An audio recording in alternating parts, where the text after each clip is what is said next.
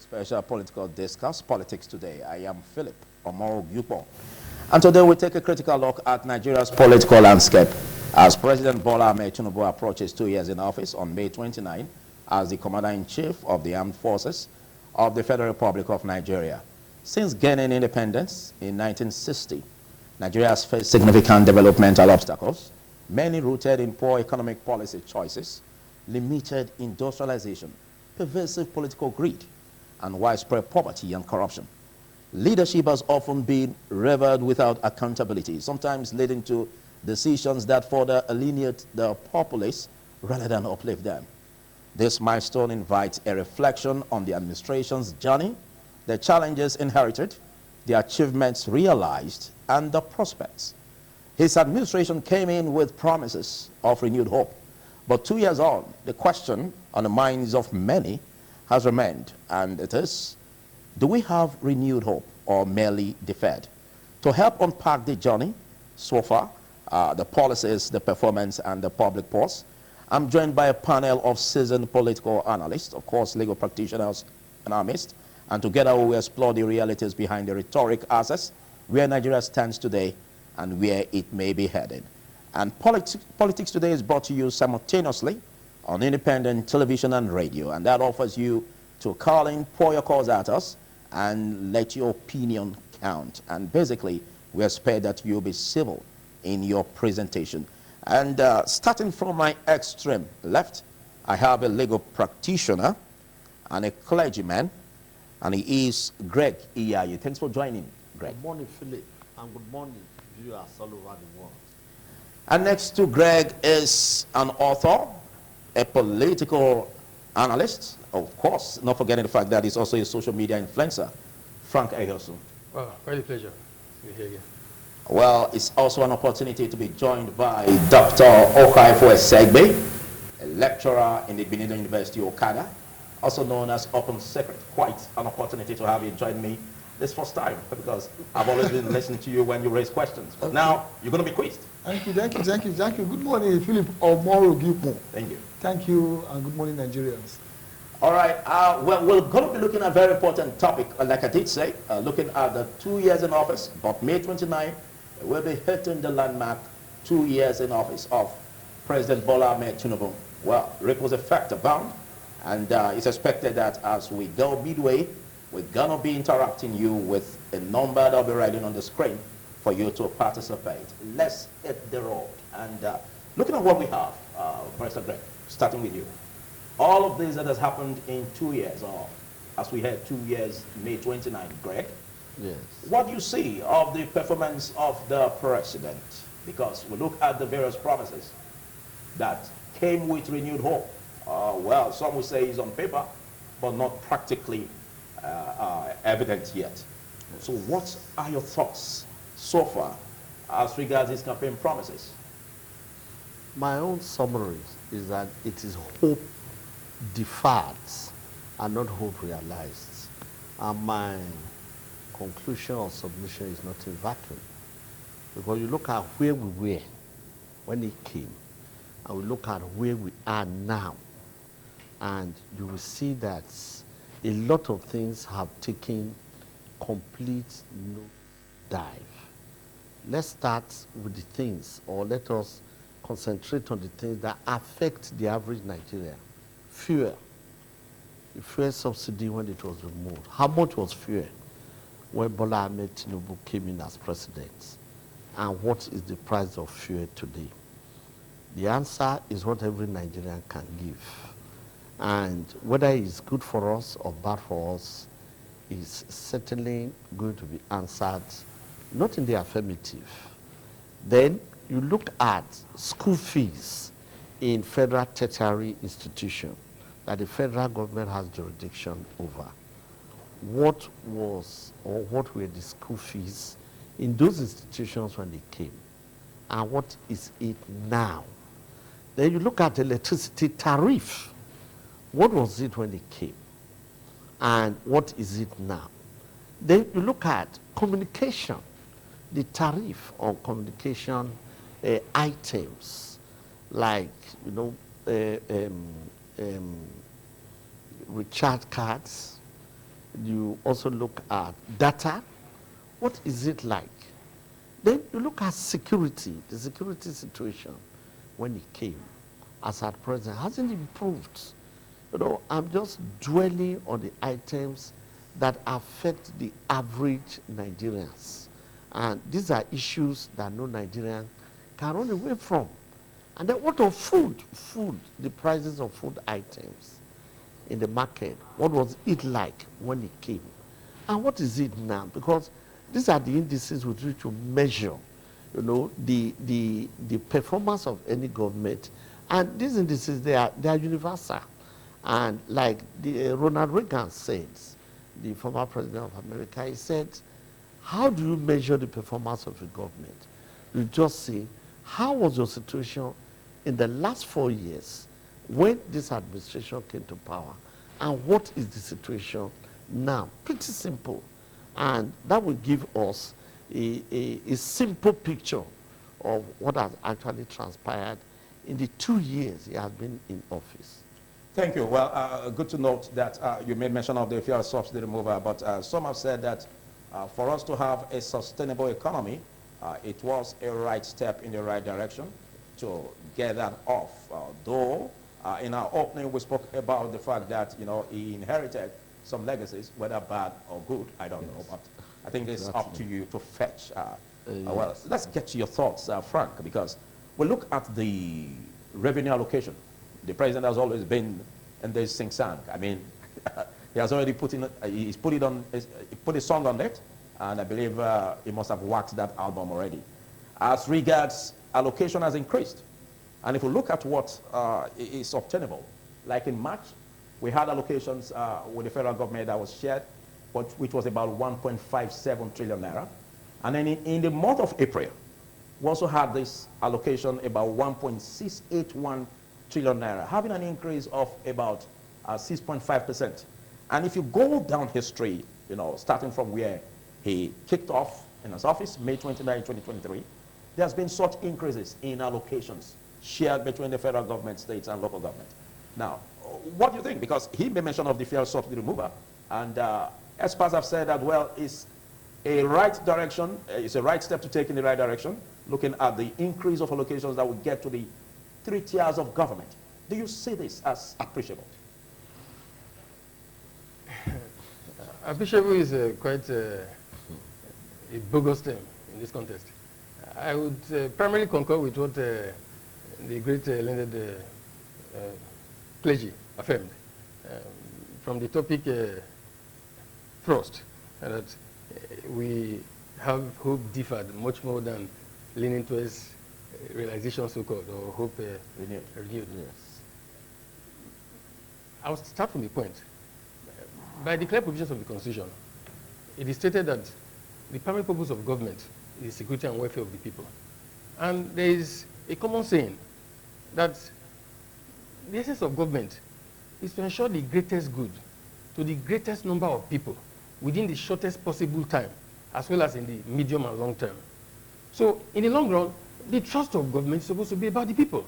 So when looked at from that standpoint, I don't share so much excitement about the government's approach to the issues. It's not about or because of the reforms. Or the increased allocation? The increased allocations is even a horse of different color. Now, this increased allocation is a challenge to the common man, because we talk about increased allocation. Is it allocation that would eat? Is it allocation that will make lives better for us? Is it not the impact of the allocation? So the increased allocation, unfortunately, simply made matters worse. It is more like the country has retained the stature of a basket with so many holes. So the increase in allocation amounts to pouring more water in. Unfortunately, retention is diminishing by the day. So the impact is going down. Now, see this point. Since allocation has been increasing, is it not amazing that the CBN is complaining that there is excess liquidity? When the administration came on board, Nigerian cash reserve ratio was about 32.5%.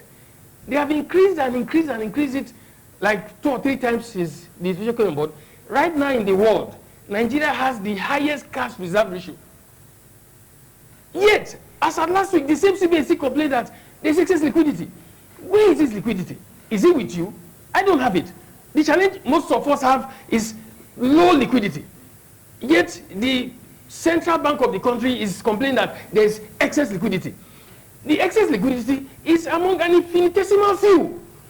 And this increase in allocation situates it quite. That is the challenge. So the president is doing quite some stuff, unfortunately.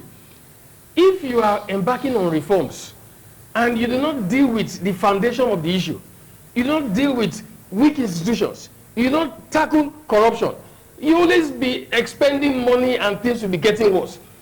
See the clear case. Since, apart from this allocation increase, he did something good. If you say, okay, by democratic practice, that now, okay, local government is supposed to get their own funding directly. Yeah. As a tier of government. But Nigeria being what it is, because of the fragility of institutions and the fact that impunity reigns supreme, the more money is made allotted or available to people who steer the ship of state at the different levels, the more they allot or allocate them to themselves, take it to themselves, and not ensuring that it's spread to the people. It's not there for the people to question them. Can the people question them? That's the unfortunate thing. That was why it was exciting that Professor, the guy from Delta State, that set up the alternative shadow government, when he talked about the stuff and people, the government wasn't raising eyebrows, I said, what's up with this government? Because we run a presidential system that is ineffective. In the functional presidential system, the legislature would normally hold the executive to account, the president to account. In which case, it's only every 4 years that people come into the fray to make a choice and to determine the pattern of things. But within that timeline, is the legislature is supposed to do that. But what we have now is less than a rubber stamp legislature. So everything appears dysfunctional. That is why, however the reforms they want to embark upon, it doesn't seem to have much effect. Things have gotten much worse. I made reference to CRR just now. Nigeria has the highest in the world. It has been increased to 50%. Now they've left it because the more you increase it, the money is not reaching the poor people. People who is going to the bank to collect money. These monies are given out. The people who have access to it are expending it without accountability. Impunity is the problem. So no matter what the president does, I hope he realizes it early. Because however his reforms would take shape or however he wants to put them, if the systems are not structured to ensure that institutions are functional, corruption is minimized, you will just be pouring water in the basket on and on and on. And people will keep on suffering rather than getting better from policy implementation. Thank you. Well, let's get your thoughts open secret. I'm very, it's convenient for me to use that. now we've sent down the line, issues surrounding, the fiscal policies of the country. And of course, as regards even buying crude, we've had these challenges where, fuel was even sold for 1,000 or over 1,000 naira. And well, if we look at what we have now, it's gradually coming down.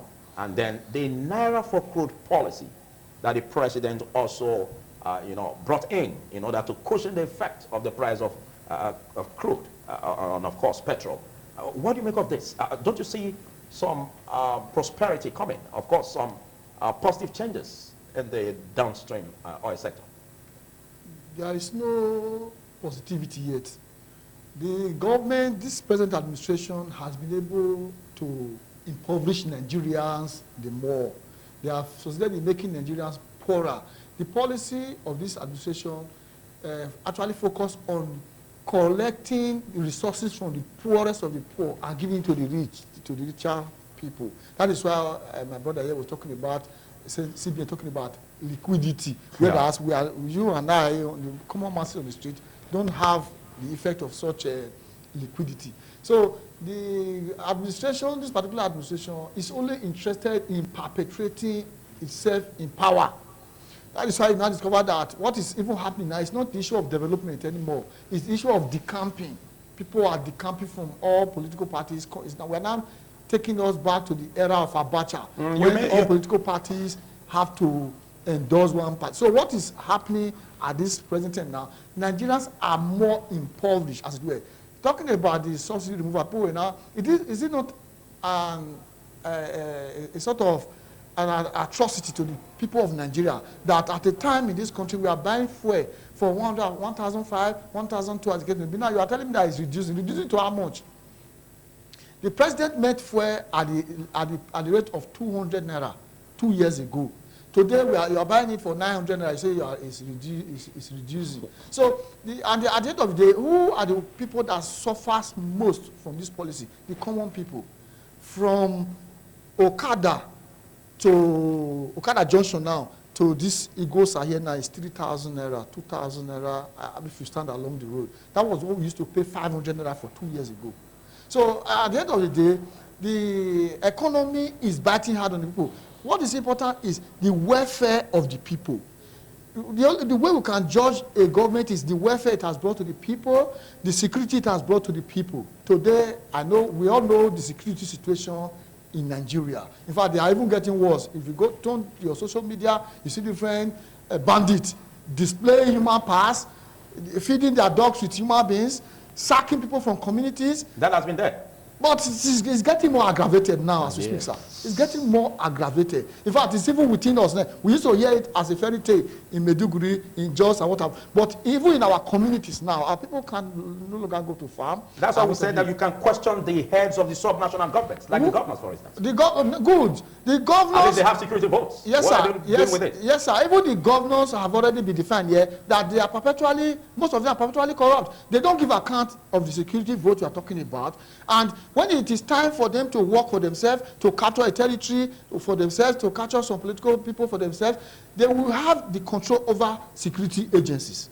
But when it is time for them to defend the masses, when the masses are under attack, the government will not tell you that he is not in charge of police, he's not in charge of army, and he's not in charge of this. So the allocations that have increased, that's why I told you from the beginning that the federal government of today succeeded in removing money from the poor people and giving it to the wealthy ones. So that is why you discover that as we speak today, the poor people are languishing. The poor people are languishing because of the who are we now to go and question the governor when he has immunity? He has everything working for him. Today, the moment you become the governor, you are all and all. Even the House of Assembly and all they kowtow to your whims and caprices. So the governors don't even care to ask us what we want. He does what he likes. But in an ideal society, the government that are representing us are supposed to come to us and ask us what do we want, and they will do what for us accordingly. But today they just think of anything and do it for us. And when they leave office, you discover that such projects are comatose. Let's roll out some of the positives as we have it here on the President Bola Ahmed Tinubu's administration in 2 years. We have this where the removal of fuel subsidy has been seen as a bold and often contentious decision, was a necessary step towards fiscal sustainability, as some experts have quoted. And of course, the foreign exchange reforms, it has been also reported that these have contributed to the accumulation of over $23 billion in net foreign reserves. Also, we have tax reforms and enhancing revenue allocations to states and local governments. And of course, push for the local government autonomy and the ambitious Lagos-Calabar Coastal Highway and the Sokoto-Badagry Super Highway when we look at the infrastructural developments. Now, let's pose this question to you, Greg. We realize, or let's say we can vividly, take note of the speeches of the president. And he's always saying that for us to make a change, basically we must be ready to accumulate some pain. They say no pain, no gain. And it's always expected that if you, are taking a leaf, or if you are taking or steering a ship from one who you've incurred some bad legacies or debt, it won't be an easy stride or slide to come out from it immediately. Do you see some of these interventions of the president on that 2 years as a sign of hope? Because earlier you said that it was not a renewed hope, but rather deferred. But let's look at this critically. The aspect of the autonomy given to local government councils, and also the aspect of the federal reserves that has accumulated to $23 billion. Your thoughts? Philip, I am not a prophet of doom, and I'm not somebody who is ungrateful. But I candidly believe that no matter how succinctly you put up statistics, you polish your language, and it has no direct impact on the ordinary day living of the ordinary Nigerian, it makes no sense. It doesn't make any sense how many billions of dollars have been accumulated in the foreign reserve. That, if it has no bearing with the day-to-day life of the ordinary Nigerian, it doesn't make any sense. How much money you dispense to the state governors, to the local government, and it has no bearing on my day-to-day living. Okay, you are accumulating foreign reserve, but you are increasing, you know, custom duties, and making the price, because we are an import-dependent economy. We can't run away from that for now. Even if there has to be pain to get gain, the pain must not be perpetual. It must be as short-lived, like my colleague has said, as possible. This is what we have always had from every government, that you have to tighten your belt. You have to make sacrifice, austerity measures. Very soon, there's light at the end of the tunnel. For how long have we had this? We are in greater darkness. There's no, look at electricity tariff. What we are talking about, Philip, is this. What is the impact of these things on the day-to-day life of the people when it comes to the prices of foodstuff, the prices of essential services like energy? Look, my chamber is in Akpapava, which is in the central business district. I get light for only 3 hours every day, 9 o'clock to 12 o'clock.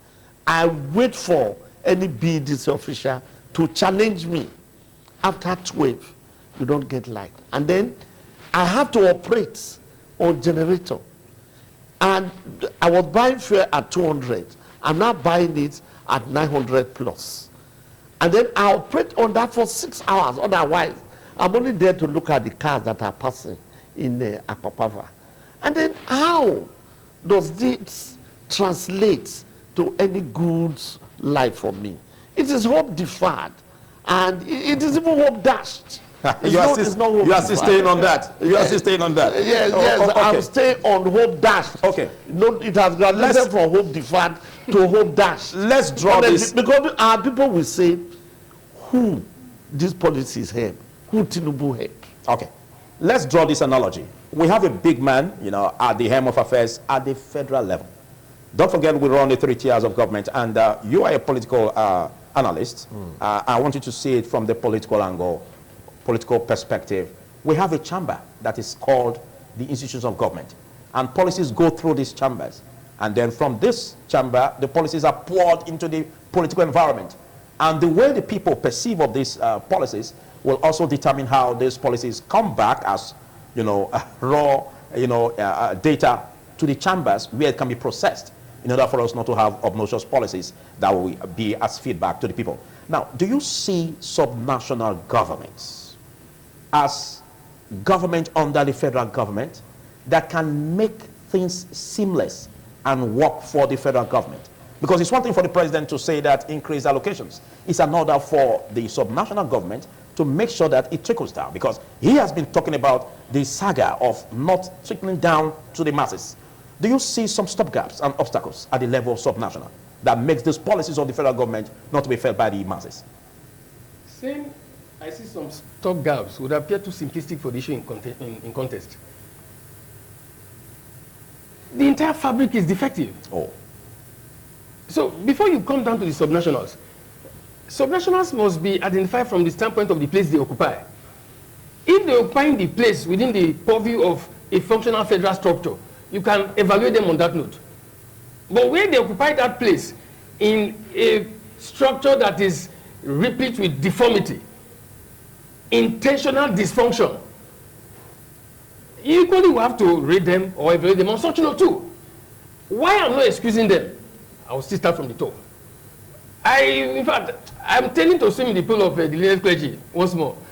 If I haven't gone from the point of differ to dash, because I hate to swim in the pool of false hope. They say the way you lay your bed, so you lie on it. Like I was saying before, that I hope the president does not realize too late. Because Buhari started with a slogan of change, and he left Nigeria far, far worse than he met it. Because they come on the platform and think that you can come and bring about change without addressing the core issues. One first error that I see in the president's approach is leadership without due example. He's not the first reformist. Margaret Thatcher led the UK from 1979 till 1990. She brought about reforms beyond comprehension. Theodore Roosevelt led the US in the early 90s. He brought about reforms that tagged the Square Deal. Franklin Roosevelt came and he brought his own that they called the First Real Deal. In all the reforms they brought about, they led by example. How do you come and you are imposing reforms and you tell the people who seemingly live in hell already to bear more pains while you are increasing the staircase you are climbing in heaven? Let me situate it. The president came on board. The president aircraft did not have much of another, no problem quite. That is the truth. Experts will tell you that with clear details. He went to buy an aircraft wanted by 150 billion. This is why I said that his body language is different from what he's telling us. Is that this is a man that is so rich that he can afford what Nigeria cannot afford. You would expect that by such proclivity, he will lead by example, and maybe it's okay because Nigeria is in such terrible situation. I would suspend my entitlement. The presidential jet that is available, put it on sale. I'll fly the normal aircraft that my citizens fly. Because if we fly Aero, we fly Airpeace, he's not human. Why doesn't he fly the one who fly? But he bought one for himself for 150 billion. They didn't stop at that. Go and see the cars and not the stuff they bought. See the buildings in Abuja. Jordan Barak has been there for so long. He was not a soldier. Obasanjo lose Jordan Barak. Yet, he's the one that's going to commit over 7 billion. They are still working on Jordan Barak in Lagos special office. I say, Abuja is the federal capital. Lagos is formal, it's no longer there. Right now, they have spent over 30 billion. They are still working. You are wondering, what are these petty soldiers? Who will use it? To what end? In the same country, one man's apartment, he doesn't have only one, he doesn't have only two. But just to go and innovate one, not rebuild, innovate one. They spent how many billion? That weekend said they spent about 21 billion naira in a country where people cannot eat for one day. And you say that we should bear reforms. Reforms work when it goes round. I can list 20 countries the world over. In fact, from time before Christ, how people implemented reforms and people followed through because they saw example. When there was a Great Depression in the US, the people could bear because they saw their president following the same path. But you can't tell the people to bear when you are buying a new aircraft for 150 billion. You are renovating one house for a VP that has so many other houses that can stay in with 21 billion. When people cannot find food to eat per day. So the entire Nigerian system is structured on a negative note, unfortunately. I have said it the last time I was here that we practice a political model that guarantees the fact that what we can get will not be better than this. This is 26 years of democratic practice. Is it getting better or worse? From 1999 till date, apart from Obasanjo, go and check the data. There has not been a president that made the country better than when he met it. OBJ, I have complaints about him. But he took the country, checked the economic data, the records, on every front. He had the shortcomings. But since his time, even when he was bad in a sense, all the others after him, they've always led Nigeria much worse. Jonathan, we complained that things were so bad. All of a sudden, Buhari came and Jonathan became an angel. And I hope that Buhari will not go on that, Tinubu will not go in that trajectory. Coming back to the subnationals, it is the same belt that ties everything. Where there is latitude to do anything without consequence, seeing we reign without measure. The state governors, some of them are performing, no doubt. But how do you measure the performance? Nobody can be held to account. And that is inimical to democratic practice. When I led this country, okay, not this country, the region, okay. In the First Republic, from 1952 to 1959, he was the leader before in the election after the review of the Constitution in 1953, and he became the Premier of the Western Region. The guy lived in his personal house. He drove his personal car. Money was was channeled properly for free education. When I was conceived of free education, up to elites in the West were against him. Our colonial masters, the British, said no, it's impossible. King Traditional said no, it's impossible. The guy said no. I'm the one that sold this idea to the people. Let me give it vitality. He came on board. Until tomorrow is a reference point. But we have leaders here who, I say TINUBU has been unduly materialistic. That's what I say later. No leader in Nigeria, we have not had a leader that had 1/10 of the kind of money he has. Yet he's the one that is appropriating Nigerian money to himself. And where did it start from? As a governor of Lagos State, I've said it before, he was the first governor to introduce pension for former governors. Yet he's as rich as, I don't want to quantify the number of things that you can compare his wealth with. So you know, say, I'm challenged by that approach to governance. I didn't know just that. Even when he came out from prison, when Gowon brought him out to come and become the vice in his administration, Gowon used his Mercedes-Benz, the one he was using before he was sent to prison. He didn't use government car. Government was so rich, but he used his personal car. With his personal driver, he lived in his personal house. His protege, who took over from, who led from him, Lateef Jakande, he was governor of Lagos State. From 1979 to 1983, after he won his second tenure, Lateef Jakande was the governor in the Federal Capital Territory. Lagos was then the Federal Capital. There was so much money. Yet, he said no. Instead of spending money to renovate government house and my personal house or to maintain two, I'm one person, I can only sleep on one bed. He stayed in his personal house. Okay. So I'm just saying that the president's body language does not reflect that of a proper reformist. Because like Abbasio said so long a time ago, he said example is not the main thing that influences others. Example is the only thing. You cannot live in heaven and tell your people to bear pain. See the National Assembly members, all of them but, oh God. See, Nigerians are tolerant. If Nigerians were duly informed. Exactly where we're going. Well, the pendulum will swing to you, listeners on independent radio, and of course, our distinguished viewers on independent television. It gets to a point where we say that leaders should be made to account for whatever responsibility they've been given to the last penny that they spend in office. But it also behoves the National Assembly to help scrutinize and have their oversight functions, early enough to make sure that democracy in Nigeria works. Let's get to your open secret before we... I don't know if there will be another open secret that will be quizzing. That will be raising the question, but I'm happy that you are here. So let's get it critically, and see how we can posit a way or find a pathway, in getting all of these challenges resolved. Most especially when we look at the role of the people, because we see the role of the National Assembly, but some of us, or majority of Nigerians, seem to have lost hope in the ability of the National Assembly to really checkmate the excesses of the executive. What should be the role of the people? Looking at the civil society organizations, for instance, civil rights activists, and of course, not leaving out the judiciary. Well, I think, because we'll get to electoral reforms and the role of the judiciary in making sure justice counts. I think, first of all, unfortunately, we have a very docile population. Our people, we forget very easily. And our people, we don't actually want to take responsibility. That's the people of Nigeria. They don't really want to take responsibility. All that matters to them is that I'm on my own, let me take care of my own, and that is all. Oh. And the government, they actually has pushed the people to that corner. In a situation where people are dastardly killed, their corpses removed to another direction, and nobody talk about it. A journalist speak, he's arrested. Somebody, so people, they have sowed fear to the people. So you mean the people? You mean Nigerians are helpless? Is that what you mean? Yes, so to speak, Nigerians are helpless because there's nothing you can do. What are you going to tell? Look, the people that are being killed in Benue every day, in Jos every day, national everywhere in our communities that are being killed. Who are you telling? But there are others who you will dare talk to, or dare maybe have a pinch on their skin. The entire community will be rounded up. So the country is under a siege, and to lift that siege now will be a very difficult situation.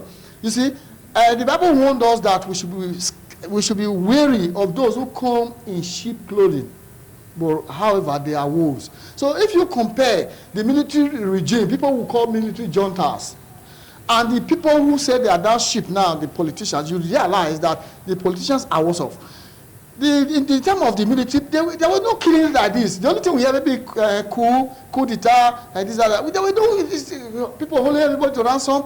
Even the so-called herdsmen, Marudi everywhere, there was nothing like that. But today you realize that even the so-called herdsmen, they are being used by agents of government to destabilize everywhere. So Nigeria is in a dire situation. So the only way to go is to see if there are people who are ready to lay down their life. Because the only way to save Nigeria now is for people, there are people who are ready to actually lay down their lives. That's the only way to go, because the people in charge of Nigeria today has taken over every facet of Nigeria. Talking about the National Assembly, they are more like my brother described them, they are less than a rubber stamp as we speak now. We are not even talking about state houses of assembly. So where do we go? And these are supposed to be the representatives of the people. You remember the other time when the Nigerian people were saying that they were going to demonstrate, the Nigerian people you are talking about, what did the Senate president say? That if Nigerians are demonstrating, they will be in their houses enjoying. So what can you do? If you make a protest, they will deploy MOPO after you, deploy police after you, deploy their own talk. In a situation where government have thugs that work for them. So where do we go? So the only way is for Nigerians, if I say Nigerians should think the way of this man in this new man that's the new African giant. What's his name in this West African?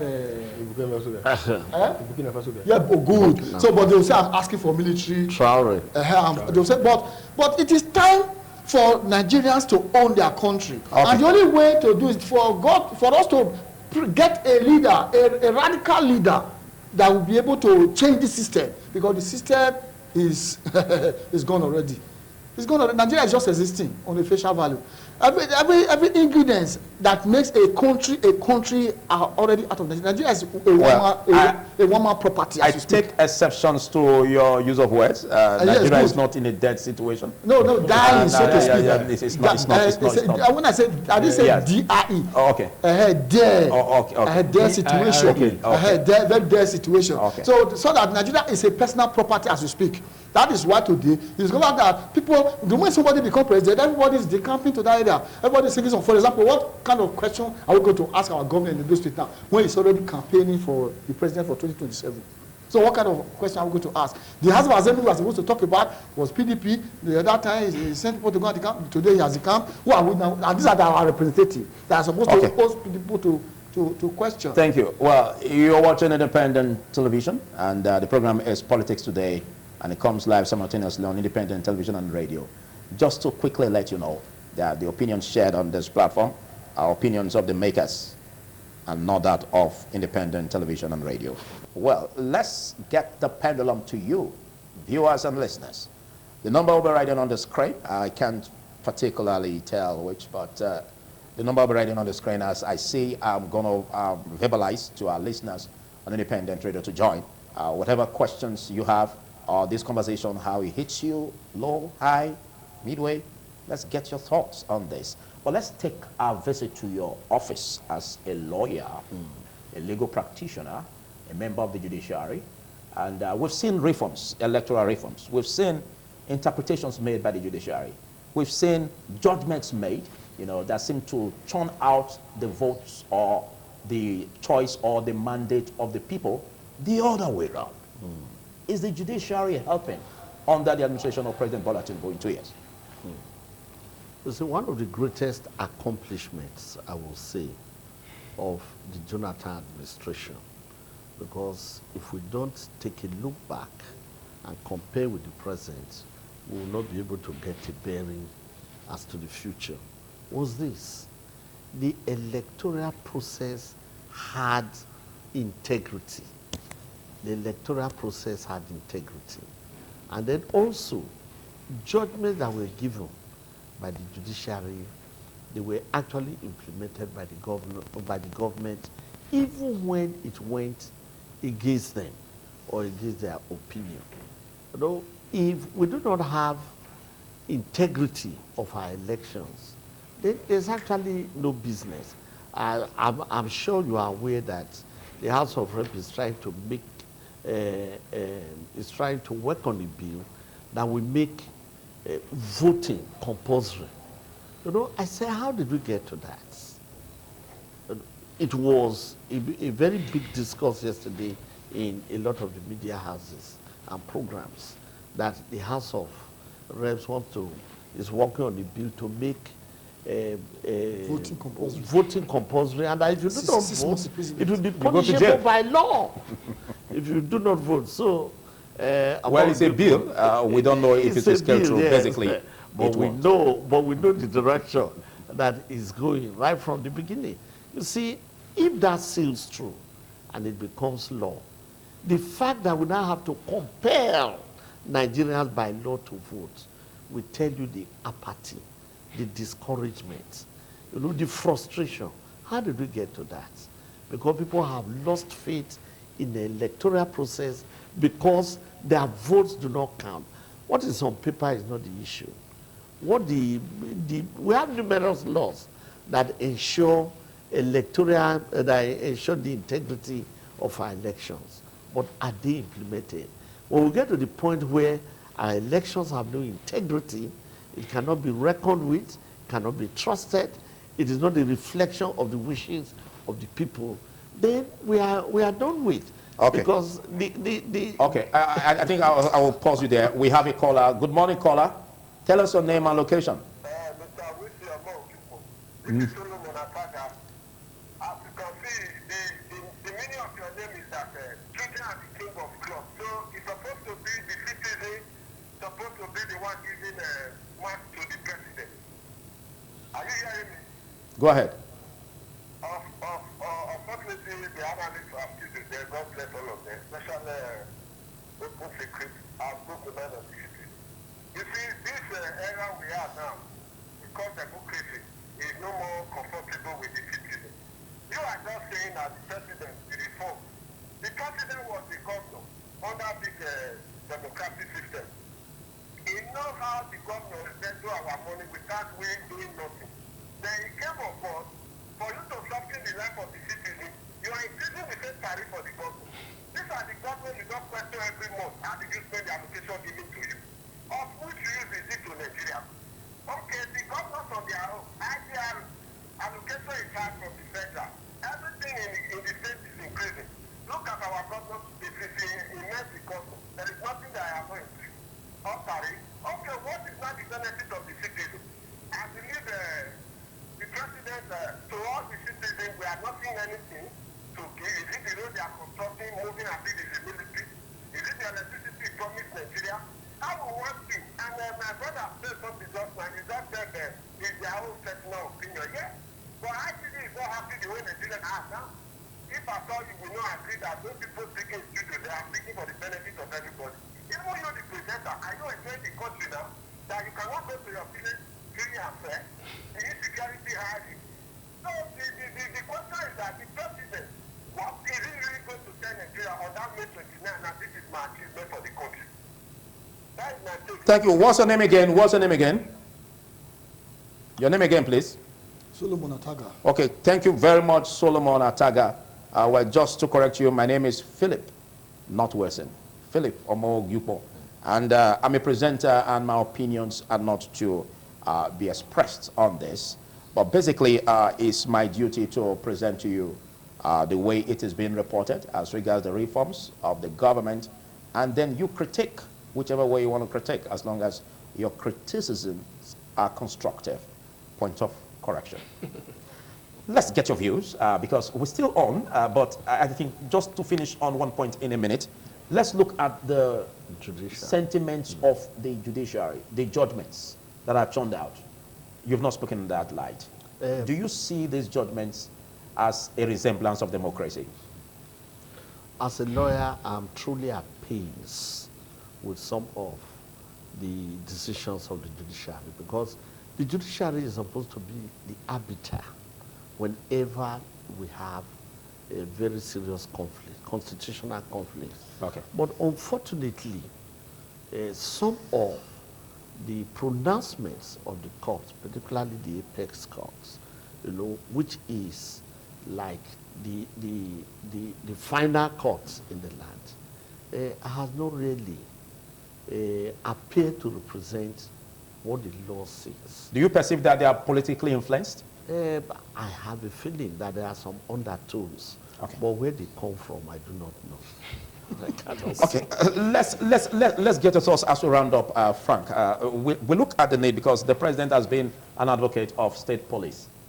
State policing has been his sing-sang. Let me use the word. You know, let's get to see what you feel about state policing, and of course the president's attention on this in 1 minute. State police ordinarily is a necessity.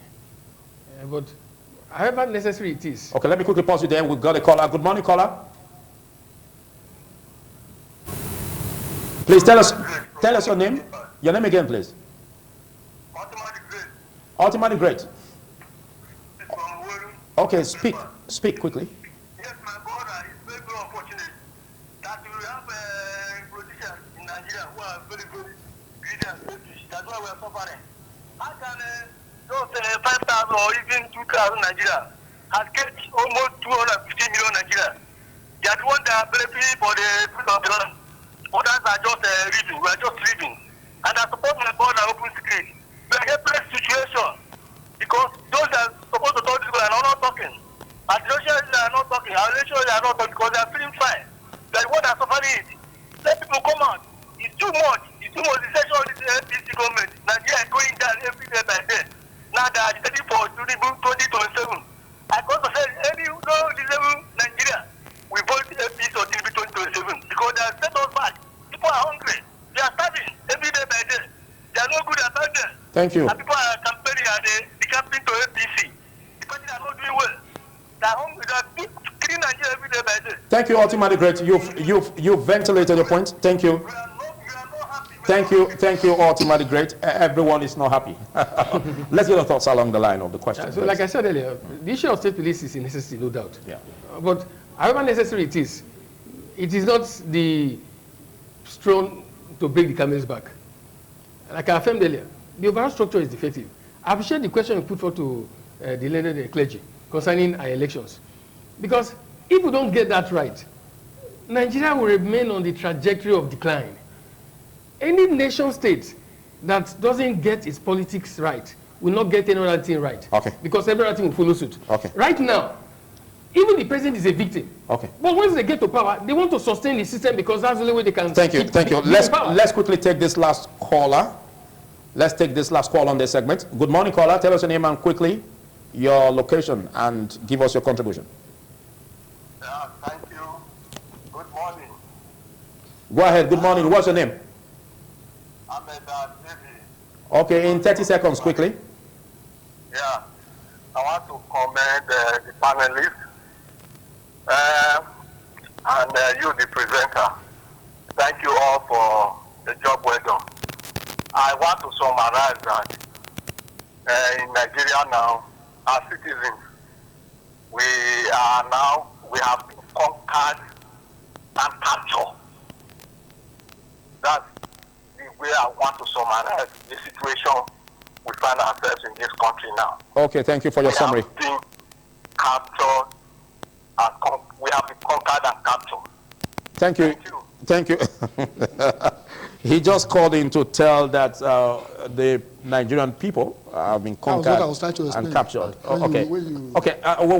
Sorry, let me give you just 10 seconds. We're already coming to it. 10 seconds will suffice. My point is that if the electoral process is not gotten right, to contest election right now in Nigeria is such that it's the biggest business in the country. Okay. Politics has become the biggest business where there's guarantee of a return of investment and a return on investment. So if the system is not modified to ensure that it's about the people making their choices, we will only get worse. That is the truth. Anybody that wins election right now, the first 1-2 years or thereabout, you are thinking about to recover the billions you expended. Okay. And the process is truncated on that note. Okay. So if the process is not realigned to reflect the people's wishes. Thank you. I've extended that time to you, but let's quickly take just 20 seconds from Open Secret. Your final words on this, and of course, Greg. Well, my final words on it is that state police is actually the way to go because security is everybody's business and security is local. So, and we have to make security also local. Okay. The state government is already, in most of the states are already on it by way of this our, what is called now, state security corps or whatever. So it's already there in disguise. But it's for us to, the president, the same executive at the top, to allow it to function. Thank you. Thank you. Greg, your final words on this. My own is that there's still time, 2 years more for President TINUBU. Please listen to the cries of the people and then make sure that you solve the problems and then you wipe away those tears from their eyes. Thank you so much, Barrister Greg. Big thanks, Frank Kayosu, and of course, Open Secret. Dr. Okaifo Esegbe. Well, this is much we can take on this. Big thanks to our viewers on independent television and our fantastic listeners on independent radio. Well, I'm just a presenter, but basically, I shouldn't share my opinion. But if you ask me, I've got one. But this is much we can take. We'll see you on the next one. Bye for now.